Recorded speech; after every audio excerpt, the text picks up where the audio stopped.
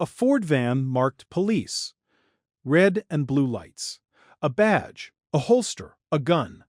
Everything a real police officer carries, except the one thing that actually matters. I'm on 650 northbound just before East Shaw. I just pulled over a van that is advertising itself as police with red and blue flashing lights. Can you run Maryland?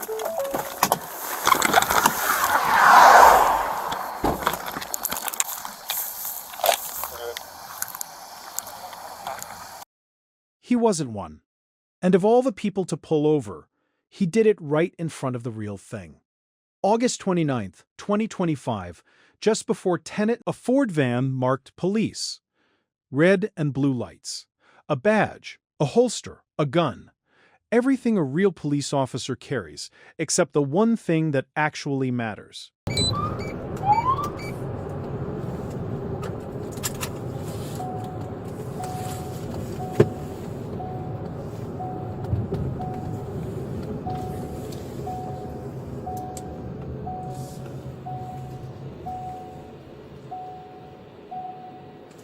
He wasn't one.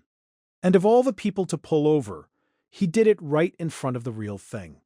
August 29th, 2025, just before 10 at night in Montgomery County, Maryland, near New Hampshire and East Shaw Avenues, a 3rd District officer is on patrol when a vehicle catches his eye, a Ford Transit van. Now, a van by itself is nothing, but this one has red and blue lights flashing from the back, and big markings on the rear doors that read Police and Policia. To a normal driver, that looks like law enforcement. To an actual officer, something is off, because the van doesn't match anything. It's not a Montgomery County police vehicle. It doesn't match the marked units of any real agency in the area. The lettering is wrong. The setup is wrong. The whole thing is wrong. So the officer does the one thing this driver clearly never planned for. Why are you advertising yourself as police? Why are you advertising yourself as a police vehicle? Are you a police officer? I was. But you're not anymore? I'm a director for headquarters. But you are not a police officer. I was. But you've got red and blue flashing lights on a van that says church vehicle. Oh. Sorry. You're using your red and blue. You have police marked all over this vehicle. Yes. And Why? I work with the Secretary of State, Maryland Secretary of State. I'm the Spanish liaison. Okay, and we are Hakua Fit in Blue. You know who is Hakua Fit in Blue? Fit in Blue?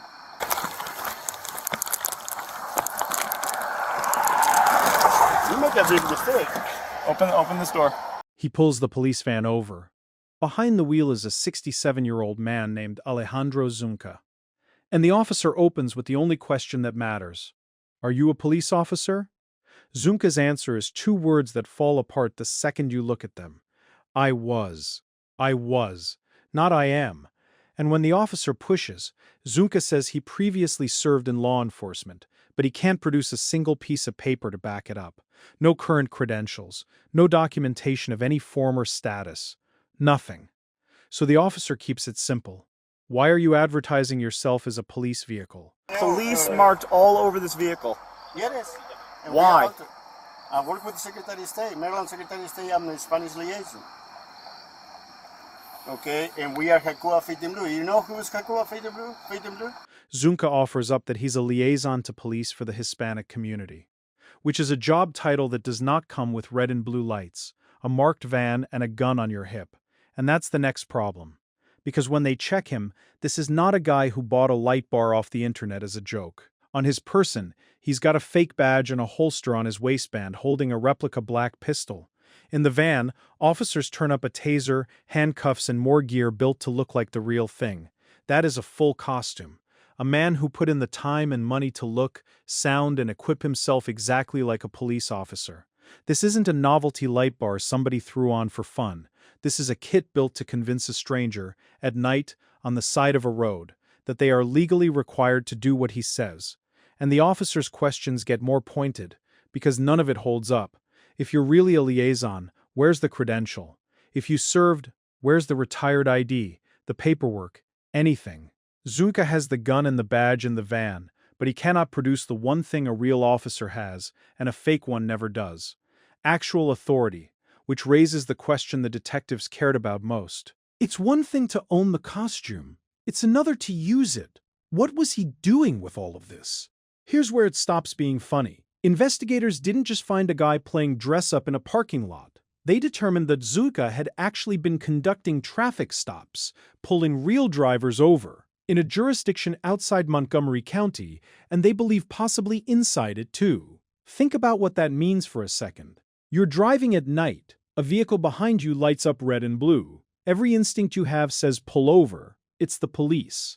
And the person walking up to your window has a badge, a gun, and absolutely no authority to be there. A Montgomery County commander put it plainly. They intercepted this man before he could pull somebody else over that night. This traffic stop, the one where the fake cop got pulled over, may have prevented a real one. That is why police went public with the video and asked anyone who had been stopped by this van to call them. Because the scary part of this story isn't the costume. It's the people who already believed it. Every driver he pulled over followed a fake badge and a replica gun because they had no reason to think it wasn't real. And most of them probably drove away never knowing. This is the exact reason impersonating an officer is a crime and not a prank. A fake stop puts a stranger in total control of you on the side of the road, at night, with a weapon and a story you have no way to check. It works precisely because real police stops work. Zunca was borrowing the trust that actual officers earn and pointing it at whoever he pulled over next. Zunca was arrested and charged with impersonating a police officer and cited for the unlawful use of red and blue lights. Take your seatbelt off. Sure. Take your seatbelt off. Step out of this car. Face away from me. Oh my God. Yeah. Face away from me. Face away from me. All right, put your hands behind your back. Put your hands behind your back. What are you doing this? Because you have what appears to be a weapon on you. Don't resist me. Don't resist me. It is a... Don't resist me, sir. Oh my God. You make a big mistake. His van and all of his fake gear were seized, and he was released on a $2,000 bond. So the takeaway, and it's a genuinely useful one, if a stop ever feels wrong, an unmarked or strange vehicle, a setup that doesn't look right, a spot with nowhere around, you're allowed to put your hazards on, drive slowly to a lit public place, and call 911 to confirm it's a real officer. A real cop will not mind. A fake one is exactly what you're avoiding. Real markings match. Real units check out when you call them in. A guy in a Ford Transit van with hardware store lettering and a replica gun does not survive a 30-second phone call to dispatch. The one thing Zunca could never fake was being real, and the moment an actual officer looked closely, the whole costume came apart. You know what it is? It's not just a patch. Oh, it's an armband. Yeah.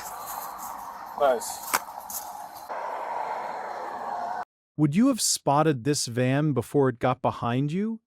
Tell me in the comments. And stick around, because the next one trades a fake police car for a very real Corvette going a very illegal speed.